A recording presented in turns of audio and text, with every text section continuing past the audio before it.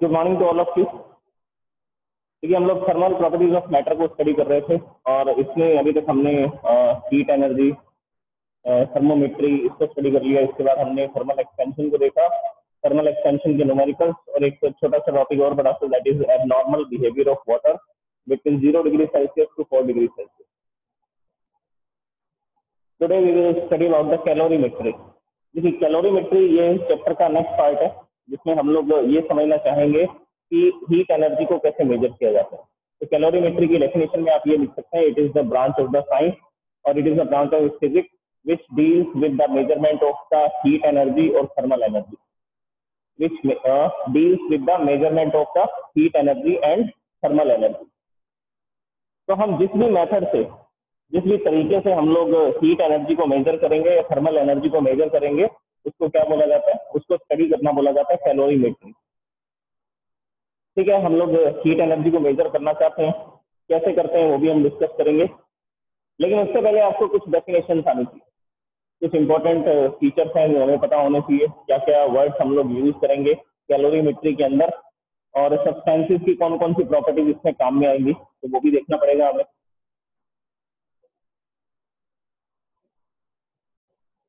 Okay, तो सबसे पहले कैलोरीमेट्री के अंदर हम लोग कुछ डेफिनेशंस के बारे में डिस्कशन करते हैं। The first definition is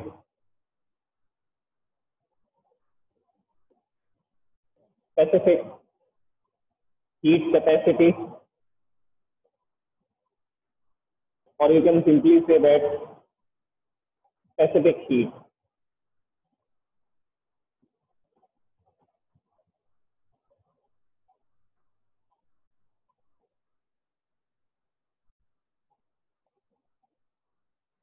specific heat capacity और you can say that specific heat, दोनों का मीनिंग एक ही है। आप दोनों को किसी भी तरह से बोल सकते हैं, कैपेसिटी भी बोल सकते हैं या स्पेसिफिक हीट भी बोल सकते हैं।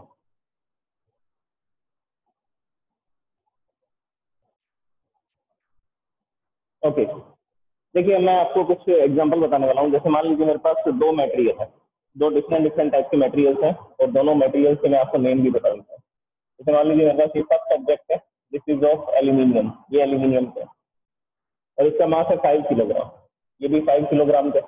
ओके, और दूसरा ऑब्जेक्ट, देखिए मैं दोनों की एक कैरेक्टरिस्टिक सेम रखता हूँ, पहली कैरेक्टरिस्टिक सेम रखा हूँ, दैट इज मास।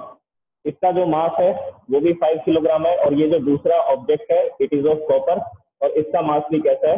5 किलोग्राम। तो मैंने एक पैरामीटर को सेम कर दिया, दोनों का मास सेम है। ध्यान से समझते जाइए इस बात को। दूसरा, मैं दोनों का टेम्परेचर राइज करना चाहता हूँ, दोनों का टेम्परेचर मैं इंक्रीज करना चाहता हूँ। मान लीजिए इन दोनों का टेम्परेचर 20 डिग्री सेल्सियस है और मुझे 1 डिग्री सेल्सियस इनका टेम्परेचर इंक्रीज करना। तो मैंने ये देखा कि मैंने दोनों को हीट एनर्जी दी, तो मैंने यहाँ पर क्या किया, एक बर्नर लगाया और बर्नर लगा करके इसको ऐसा गर्म करना शुरू कर दिया, हीटअप करना शुरू कर दिया, और इसको भी हीटअप कर रहे हैं। और हमने एक मेजरमेंट लिया, वो मेजरमेंट ये था कि जब हमने इसको हीटअप किया, हीटअप करने पर मैंने ये देखा कि इसको 4500 जूल की एनर्जी दी। इतनी एनर्जी देते ही, फॉर एग्जांपल इतनी एनर्जी देते ही इस एल्यूमिनियम का टेम्परेचर 1 डिग्री सेल्सियस इंक्रीज हो गया। एल्यूमिनियम का जो टेम्परेचर है वो 1 डिग्री सेल्सियस क्या हो गया? इंक्रीज हो गया। और ये जो कॉपर था, इसको अप्रोक्सीमेट 1900 जूल की एनर्जी दी, और इतनी एनर्जी देते ही इसका टेम्परेचर भी 1 डिग्री सेल्सियस इंक्रीज हो गया। तो दोनों में एक पैरामीटर और कांस्टेंट है, दोनों का एक पैरामीटर और कांस्टेंट है, change in temperature. Change in temperature कितना कर रहे हैं? 1 डिग्री सेल्सियस। सबसे पहली बात, दोनों का मास सेम था, फर्स्ट पैरामीटर हमने सेम रखा, ताकि हम ये स्टडी कर सकें कि दोनों अलग अलग हीट एनर्जी क्यों एब्जॉर्ब करें, दोनों अलग अलग हीट एनर्जी क्यों एब्जॉर्ब करें, दोनों को अलग अलग हीट एनर्जी की रिक्वायरमेंट क्यों है, किसी को ज्यादा हीट एनर्जी चाहिए, किसी को कम हीट एनर्जी चाहिए अपना टेम्परेचर 1 डिग्री सेल्सियस इंक्रीज करने के लिए। तो मैंने पहला पैरामीटर सेम रखा, मास, दोनों का मास 5 किलोग्राम। दूसरा पैरामीटर भी सेम रखा, दोनों का change in temperature, change in temperature is 1 degree Celsius, दोनों का टेम्परेचर 1 डिग्री सेल्सियस ही इंक्रीज कर रहे हैं हम लोग। लेकिन एक चीज हमें ये देखने को मिली, एक ऑब्जर्वेशन, हमने किसी भी तरीके से हीट एनर्जी को मेजर किया और ये देखने को मिला कि इस एल्यूमिनियम का 5 किलोग्राम एल्यूमिनियम का टेम्परेचर 1 डिग्री सेल्सियस बढ़ाने के लिए 4500 जूल की जरूरत पड़ती है। It required 4500 joule and copper required 1900 joule. 1900 joule 1900 joule की इसको जरूरत पड़ती है। अब दोनों में किसका डिफरेंस है? क्या दोनों में मास का डिफरेंस है? आंसर है नो। क्या दोनों में चेंज इन टेम्परेचर का डिफरेंस है? नो। दोनों में 1 डिग्री सेल्सियस क्या कर रहे हैं हम लोग, टेम्परेचर इंक्रीज कर रहे हैं, और दोनों को अलग अलग हीट एनर्जी चाहिए। तो इससे एक बात साफ होती है कि इन दोनों मटेरियल की कैरेक्टरिस्टिक अलग है। इन दोनों मटेरियल्स की क्या है, कैरेक्टरिस्टिक अलग है। जो एल्यूमिनियम है उनके फोर्स ऑफ अट्रैक्शन, एल्यूमिनियम के जो पार्टिकल्स हैं उनके बीच में जो फोर्स ऑफ अट्रैक्शन है वो स्ट्रांग है, तो उनको ब्रेक डाउन करने के लिए, इनके मोशन को इंक्रीज करने के लिए ज्यादा एनर्जी चाहिए होती है। जो कॉपर है उसके पार्टिकल्स के बीच का फोर्स ऑफ अट्रैक्शन थोड़ा कम है, तो कम हीट एनर्जी से काम चल जाता है इसका टेम्परेचर राइज करने के लिए। तो यहाँ पर किसका डिफरेंस आ रहा है?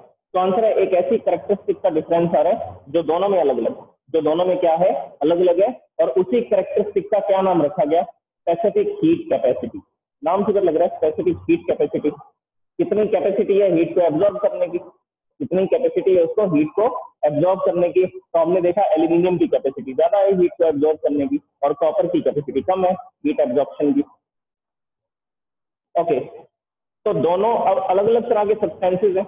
अब अलग अलग तरह के सब्सटेंसेज को स्टडी करने के लिए हमने उनका मास सेम रख दिया, दोनों के टेम्परेचर डिफरेंस भी क्या रख दिया, दोनों का चेंज इन टेम्परेचर भी कैसा है, 1 डिग्री सेल्सियस। दोनों का टेम्परेचर 1-1 डिग्री सेल्सियस इंक्रीज कर रहे हैं, लेकिन दोनों को अलग अलग हीट एनर्जी की रिक्वायरमेंट होती है। तो हमने बोला कि इन दोनों की एक कैरेक्टरिस्टिक अलग है, मास सेम है, चेंज इन टेम्परेचर सेम है, लेकिन हीट एनर्जी अलग अलग क्यों ले रहे हैं? क्योंकि दोनों की एक कैरेक्टरिस्टिक डिफरेंट है। दोनों की एक कैरेक्टरिस्टिक क्या है, डिफरेंट है। कौन सी कैरेक्टरिस्टिक? Specific heat. इसकी स्पेसिफिक हीट अलग है, इसकी स्पेसिफिक हीट क्या होगी, अलग होगी। ओके, अब दूसरी ऑब्जर्वेशन देखिए, सेकंड ऑब्जर्वेशन। अगर मैं दोनों के मास को डबल कर देता हूं तो हीट एनर्जी की रिक्वायरमेंट भी डबल हो जाएगी। अब सेकंड एक्सपेरिमेंट हमें लीजिए ध्यान से, मैं क्या चेंज करने वाला हूं, मास को चेंज करने वाला हूं। तो यहां पर ये जो एल्यूमिनियम था इसका मास मैंने कर दिया 10 किलोग्राम, और ये वाला जो कॉपर है इसका मास भी कितना कर दिया, 10 किलोग्राम। तो हमारी ये ऑब्जर्वेशन आई कि पहले इसको 4500 जूल की रिक्वायरमेंट थी, अब इसको 9000 जूल की रिक्वायरमेंट है। अब इसको 9000 जूल की रिक्वायरमेंट रहती है, जस्ट डबल हो गई। देख लीजिए एनर्जी जस्ट क्या हो गई, डबल हो गई। और इसमें भी ऐसा होगा 1300 जूल की रिक्वायरमेंट होगी कॉपर को हीटअप करने के लिए, क्योंकि इसका हमने क्या चेंज कर दिया, मास डबल कर दिया। मास डबल कर दिया तो हीट एनर्जी भी डबल हो जाएगी। अब आपको ज्यादा हीट एनर्जी देनी पड़ेगी उसका टेम्परेचर 1 डिग्री सेल्सियस इंक्रीज करने के लिए। तो यहाँ से क्या ऑब्जर्वेशन आ रहा है, यहाँ से ऑब्जर्वेशन ये आ रहा है कि अगर मास को डबल कर देते हैं तो हमें क्या करना पड़ेगा, जो हीट एनर्जी हम सप्लाई कर रहे हैं उसकी क्वांटिटी को भी डबल करना पड़ेगा। मतलब ज्यादा हीट एनर्जी देनी पड़ेगी। जिस क्वांटिटी में, जिस रेशो में आप उसका मास इंक्रीज करेंगे उसी रेशो में क्या इंक्रीज हो जाएगी, हीट एनर्जी। तो यहाँ पर मैं लिखता हूँ कि हीट एनर्जी, देखिए हीट एनर्जी को कैपिटल क्यू से लिखते हैं। हीट एनर्जी को हम लोग किससे लिखने वाले हैं, कैपिटल क्यू से लिखने वाले हैं। तो जो भी मैं हीट एनर्जी सप्लाई कर रहा हूँ वो किस पे डिपेंड करती है, it depends on the mass of the substance. ये सब्सटेंस के या सैंपल के मास पे डिपेंड करती है। मास ज्यादा होगा तो हीट एनर्जी भी ज्यादा देनी पड़ेगी उसको गर्म करने के लिए, हीटअप करने के लिए। सेकेंड ऑब्जर्वेशन देखिए, अब हम लोग चेंज इन टेम्परेचर को देखते हैं। फिर से उसी बात पे आते हैं, दोनों का मास था 5 किलोग्राम। अब हम मास को चेंज नहीं कर रहे, we are not changing the mass, we are not changing the मास।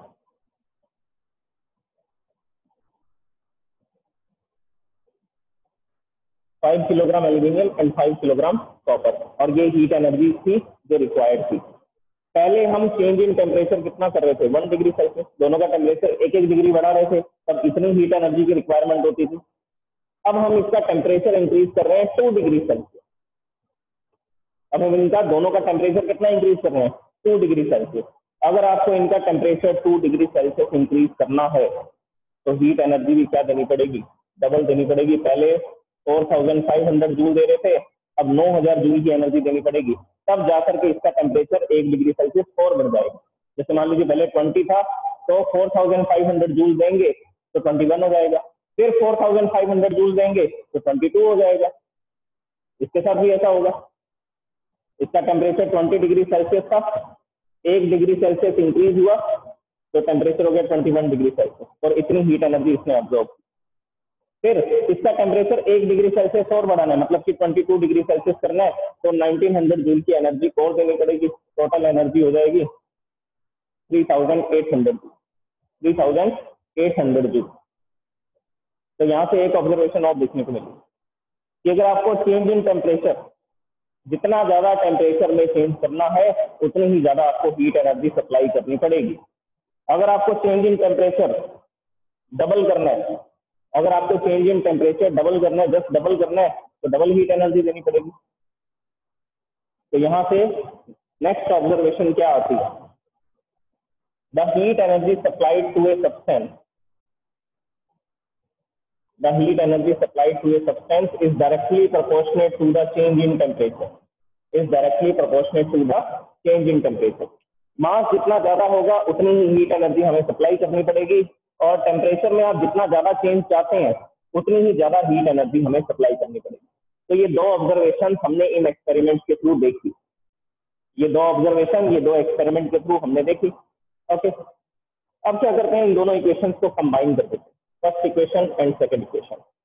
यहाँ से हमारे पास स्पेसिफिक हीट कैपेसिटी का फॉर्मूला आएगा, यहाँ से हमारे पास किसका फॉर्मूला आएगा, स्पेसिफिक हीट कैपेसिटी का फॉर्मूला आएगा।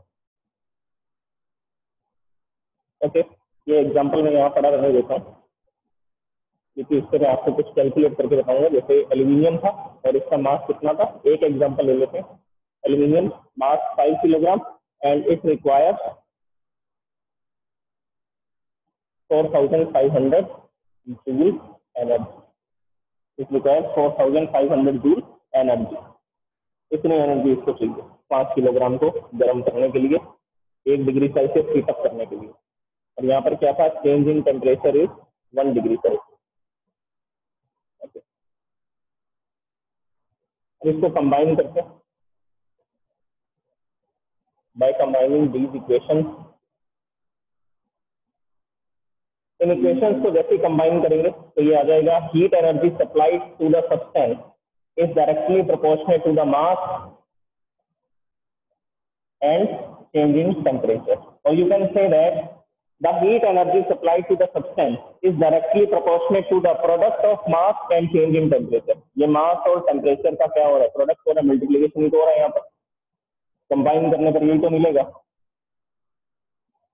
तो बोलने का मेथड क्या होगा, the heat energy supply to a substance to heat up, इसको गर्म करने के लिए, to heat up the substance is directly proportionate to the mass of the substance, is directly proportionate to the product of, ये word साथ में use करना है, is directly proportionate to the product of mass of the substance and change in temperature. तो substance का जितना भी मास है और इसके टेम्परेचर में आप जितना भी चेंज चाहते हैं, इन दोनों का प्रोडक्ट जो है वो किसके बराबर आएगा, वो हीट एनर्जी के बराबर आएगा।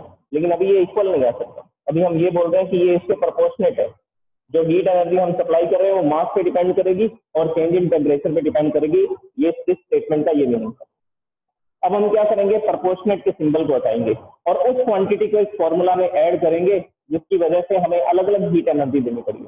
एल्यूमिनियम को हीटअप किया था तो 4500 जूल की एनर्जी देनी पड़ी थी, और 5 किलोग्राम कॉपर को हीटअप किया था, ये कॉपर है 5 किलोग्राम, इसको जब हमने हीटअप किया था तो कितनी एनर्जी देनी पड़ेगी, 1900 की अप्रोक्सीमेट, लगभग मैं बता रहा हूँ, एग्जैक्ट वैल्यूज भी आपको बताऊंगा क्या होती है।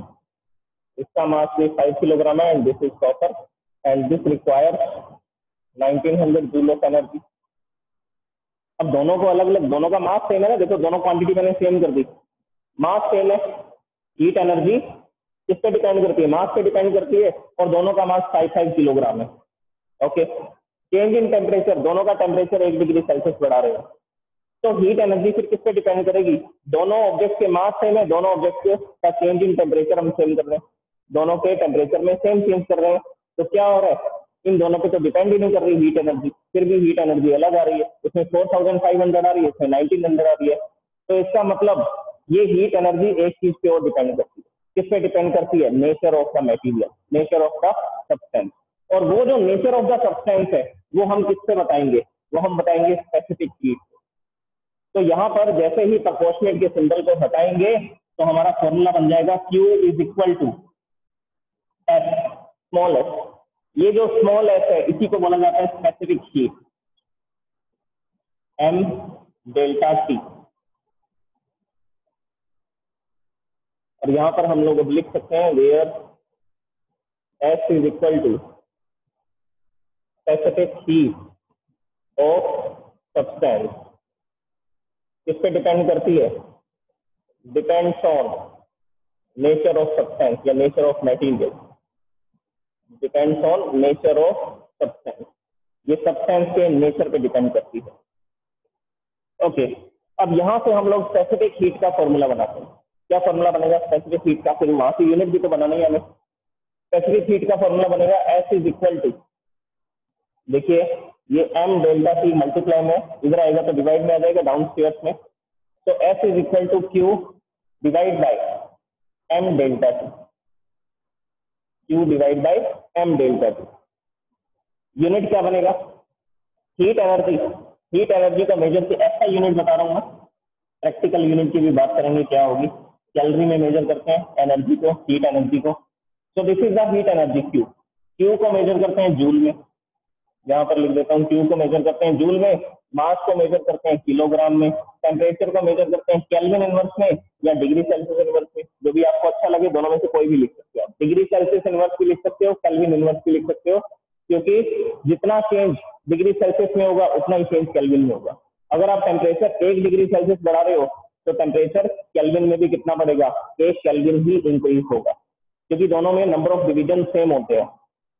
सेल्सियस स्केल पर नंबर ऑफ डिवीजन 100 थे और केल्विन स्केल पर भी नंबर ऑफ डिवीजन 100 थे, बिटवीन 273 टू 373 केल्विन। तो इसीलिए आप यहाँ पर डिग्री सेल्सियस इनवर्स भी लिख सकते हैं या केल्विन इनवर्स भी लिख सकते हैं। तो इसकी ऐसा यूनिट क्या बनेगी, जूल पर किलोग्राम केल्विन, पर किलोग्राम पर केल्विन। या आप इसको क्या लिख सकते हैं, देखिए ये मास है, मास आया किलोग्राम में, change in temperature, change in temperature को लिखेंगे केल्विन में। अब ये केल्विन जब अपस्टेयर्स में आएगा तब इनवर्स लगाएंगे। तो इस यूनिट को मैं ऐसा भी लिख सकता हूँ, joule kilogram inverse kelvin inverse, joule kilogram inverse kelvin inverse. This is the ऐसा unit of the specific heat और स्पेसिफिक हीट कैपेसिटी। तो इस तरह से हमने इसकी यूनिट बना दी। ओके, अब बात करते हैं एल्यूमिनियम की स्पेसिफिक हीट कितनी है। ये आपके सामने फॉर्मूला है और ये पैरामीटर्स है, तो ये सारे पैरामीटर्स यहाँ लिख दीजिए, उससे पता लग जाएगा कि एल्यूमिनियम की स्पेसिफिक हीट कितनी है। So here I am giving you the specific heat of aluminium. The formula is S is equal to heat energy. कितनी हीट एनर्जी दी हमने इसको, 4500 जूल। तो 4500 जूल की हीट एनर्जी मैंने इसको दी। और कितने मास का था ये एल्यूमिनियम का, ये जो ब्लॉक था ये था 5 किलोग्राम का, तो यहाँ लिख देंगे मास की जगह पर लिख देंगे 5 किलोग्राम। क्यों आपको बता रखे 4500 जूल, तो कितनी हीट एनर्जी आपने सप्लाई की है 4500, तो क्यू की वैल्यू मैंने पुट कर दी 4500। मास कितना 5 किलोग्राम, तो मास लिख दिया मैंने 5 किलोग्राम। चेंज इन टेम्परेचर, कितना टेम्परेचर इसका इंक्रीज कर रहे हैं 1 डिग्री सेल्सियस, तो यहाँ लिखेंगे 1। 4500 डिवाइड बाई 5, ये आ जाएगा 900। तो एल्यूमिनियम की स्पेसिफिक हीट कैपेसिटी कितनी बनेगी, तो ये जो एल्यूमिनियम था इसकी specific heat capacity S aluminium is equal to 900 joule per kilogram per Kelvin, or you can say that kilogram inverse Kelvin inverse।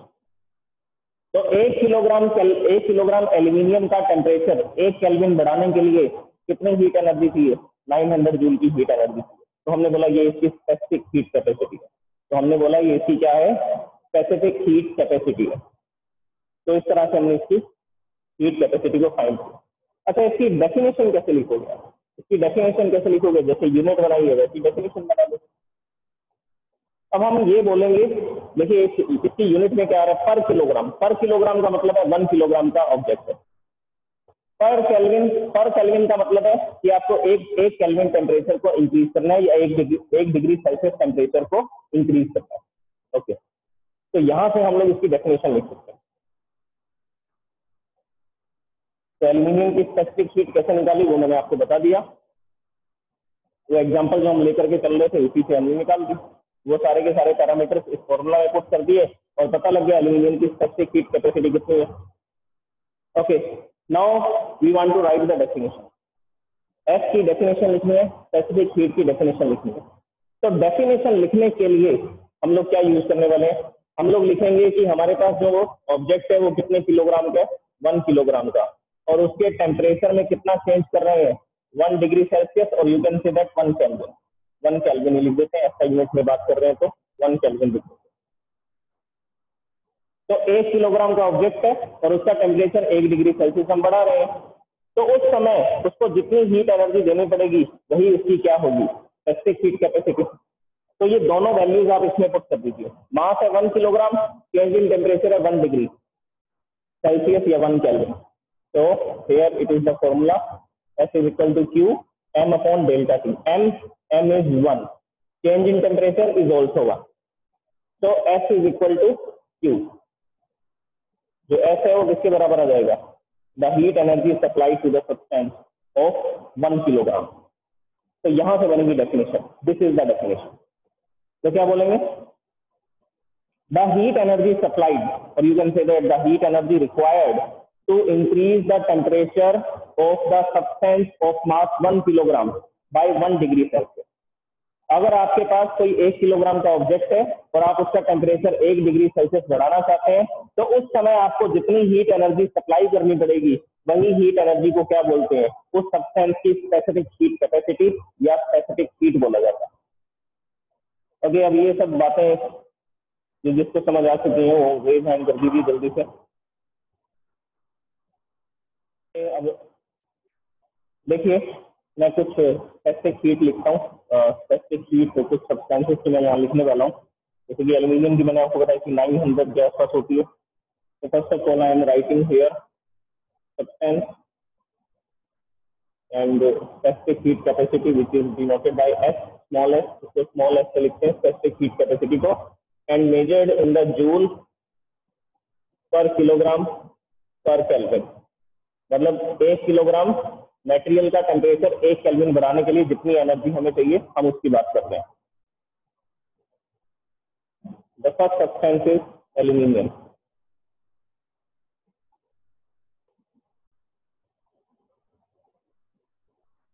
Aluminium की मैंने अभी आपको बताई स्पेसिफिक हीट कैपेसिटी 900 के आसपास होती है, 900.0 लिख सकते हैं आप इसको।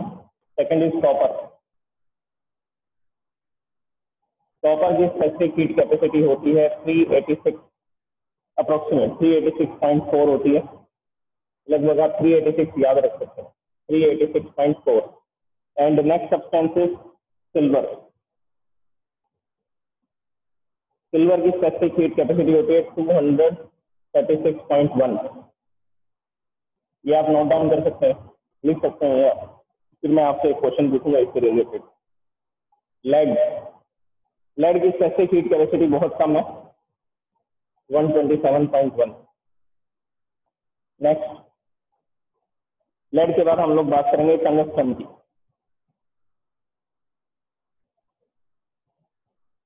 ये बल्ब के फिलामेंट बनाने में यूज किया जाता है, इसका मेल्टिंग पॉइंट काफी हाई होता है, अप्रोक्सीमेट 3383 डिग्री सेल्सियस। टंगस्टन का melting point is very high and it required heat energy of 134.1, 134. Not 1, it is 4, ये 4 है। तो ये मैंने स्पेसिफिक हीट कैपेसिटी बताई। अच्छा, अब मैं वाटर की स्पेसिफिक हीट कैपेसिटी लिखने वाला हूँ। वाटर की स्पेसिफिक हीट कैपेसिटी होती है 4200 जूल पर किलोग्राम पर डिग्री सेल्सियस या पर kelvin. This is the specific heat capacity of water. अच्छा, इसको कैलोरी में भी लिख सकते हैं, वाटर की स्पेसिफिक हीट में कैलोरी में भी लिख सकते हैं। S of water is 1000 calorie पर किलोग्राम एंड पर केल्विन, या मैं इसको जूल में भी लिख सकता हूँ, 4200 जूल पर किलोग्राम पर केल्विन। ये आपको समझ आ रहा है? कैलोरी में दे रखा था तो मैंने 4.2 से इसको मल्टीप्लाई कर दिया। जैसे ही 4.2 से मल्टीप्लाई किया तो 1000 को 4.2 से मल्टीप्लाई करेंगे तो कितना आ जाएगा? 4200 आ जाएगा। तो ये जूल में दे रखा है, इसको आप केल्विन में कन्वर्ट करना चाहते हैं तो 4.2 से डिवाइड कर देंगे।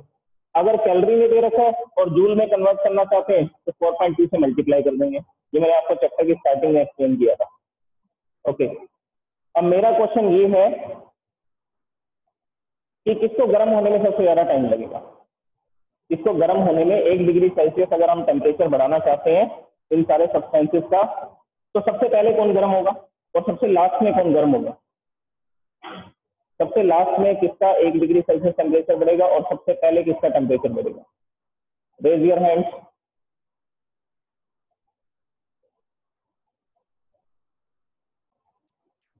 जस्ट वेट, दोबारा से सुन लीजिए मैंने क्या बताया।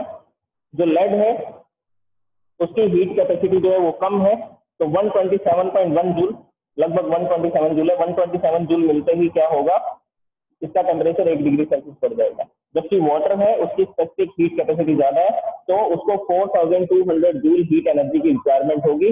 जब तक इतनी हीट एनर्जी एब्जॉर्ब नहीं करेगा वाटर, तब तक इसका टेम्परेचर 1 डिग्री सेल्सियस नहीं बढ़ेगा। और इसी प्रॉपर्टी की वजह से ये जो वाटर है इसको रेडिएटर्स के अंदर इंजन को कूल डाउन करने के लिए यूज किया जाता है। तो एज ए कूलेंट इसको यूज करते हैं। जो वाटर है जिनकी हीट कैपेसिटी ज्यादा होती है उनको एज ए कूलेंट क्या कर सकते हैं हम लोग यूज कर सकते हैं। तो इसीलिए वाटर जो है वो एक तरह का कूलेंट है, इंजन को कूल डाउन करने के काम में आता है। जो हीट इंजन होते हैं कार्स में, बसेस के अंदर, ट्रक्स के अंदर, और रेल इंजन होता है जो, उसके अंदर भी रेडिएटर्स लगे होते हैं जिनमें वाटर फ्लो करता रहता है। और वो वाटर जो है वो कूलेंट का वर्क करता है, because it can absorb much heat energy. ये बहुत सारी हीट एनर्जी को एब्जॉर्ब कर सकता है, और इतनी हीट एनर्जी एब्जॉर्ब करने के बाद भी सिर्फ इसका 1 डिग्री सेल्सियस टेम्परेचर इंक्रीज होगा। ओके, और ये जो हीट एनर्जी है, ये जो स्पेसिफिक हीट है वाटर की, इसको आप कैलोरी में भी लिख सकते हैं और जूल में भी लिख सकते हैं। कैलोरी में लिखेंगे तो 1000 कैलोरी पर किलोग्राम पर केल्विन आएगा, और अगर इसको जूल में लिखना है तो 4.2 से इसको मल्टीप्लाई कर देंगे और कितना आ जाएगा? 4200 जूल पर किलोग्राम पर केल्विन, और you can say that joule kilogram inverse kelvin inverse. Okay, thank you so much. तो नेक्स्ट लेक्चर में हम लोग देखेंगे molar specific heat. Next topic देखेंगे that is molar specific heat. Okay, bye bye, take care.